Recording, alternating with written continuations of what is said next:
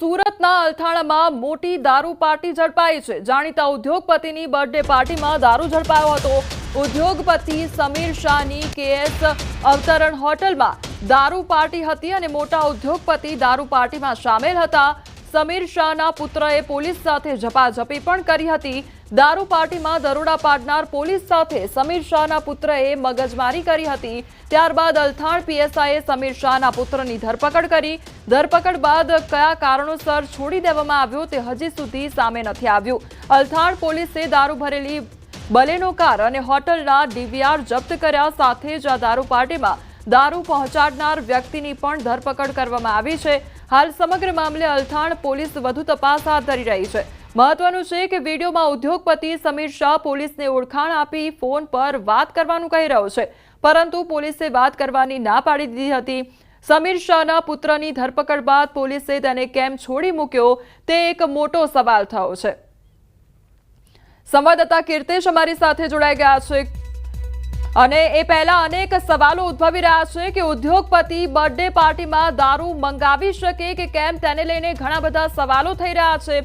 તો બીજી તરફ ઉદ્યોગપતિના પુત્રને જે પોલીસનો ડર કેમ નથી સતાવી રહ્યો તેને લઈને પણ ઘણા સવાલો ઉદ્ભવી રહ્યા છે, કારણ કે આ વિડીયો પરથી જ અનેક સવાલો થઈ રહ્યા છે। સંવાદદાતા કીર્તેશ અમારી સાથે જોડાઈ ગયા છે। કીર્તેશ, દારૂ પાર્ટી કરવામાં આવી રહી છે, ઉદ્યોગપતિની બર્થડે પાર્ટીમાં દારૂ મંગાવવામાં આવી રહ્યો છે, શું આ જે આખી ઘટના છે તેમાં કયા પ્રકારે હવે કાર્યવાહી કરવામાં આવી રહી છે?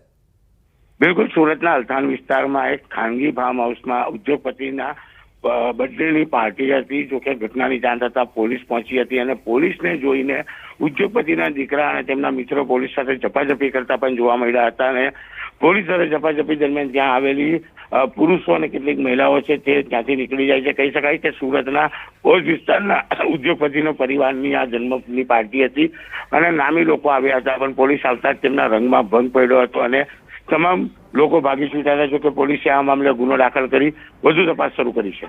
કીર્તેશ, અહીંયા જે વિડીયો સામે આવ્યા છે તેમાં પોલીસ સાથે ઝપાઝપી કરવામાં આવી રહી છે, એટલે શું આ લોકોને કોઈ પણ પ્રકારનો કાયદાનો ડર જ નથી રહ્યો?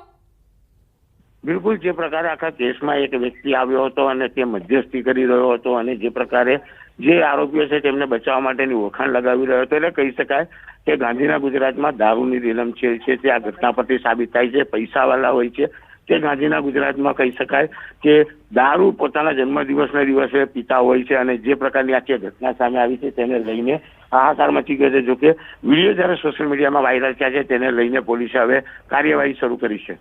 જી કીર્તેશ, સમગ્ર માહિતી બદલ આપનો આભાર।